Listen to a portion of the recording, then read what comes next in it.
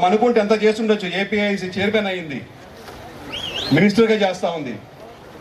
నిజం చెప్పాలంటే దేవుడు నగిరికి ఒక పెద్ద వరం ఇచ్చాడు. దేవుడే ఇచ్చాడు, నగిరికి ఒక పెద్ద వరం ఇచ్చాడు.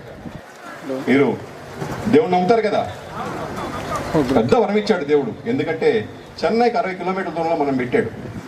60 కిలోమీటర్లు మనం ఉండేది, కానీ మన ఎత్తి మీద మనం శని తెచ్చి పెట్టుకున్నాం. మనం శని తెచ్చి పెట్టుకున్నాం. ఎంతో డెవలప్ కావాలి ఇక్కడ పారిశ్రామికంగా. ఎందుకంటే చెన్నైలో ఇందాక పెద్ద ఆయన ప్రసాదరావు గారు చెప్పినట్టు 100 కిలోమీటర్ల దాకా ఇండస్ట్రీస్ పెట్టకూడదని ఆర్డరే పాస్ చేశారు. దాన్ని ఎంతవరకు క్యాప్చర్ చేసుకోవచ్చు? 60 కిలోమీటర్ల దూరంలో మన దగ్గర ప్రతి ఇండస్ట్రీ పెట్టుకుంటే ఇక్కడున్న ప్రతి యువకుడు ఇంట్లో నుంచి పోయి పని చేసుకొని ఇక్కడే కాపురం చేసుకొని ఇక్కడే బతుకుంటాడు కదా.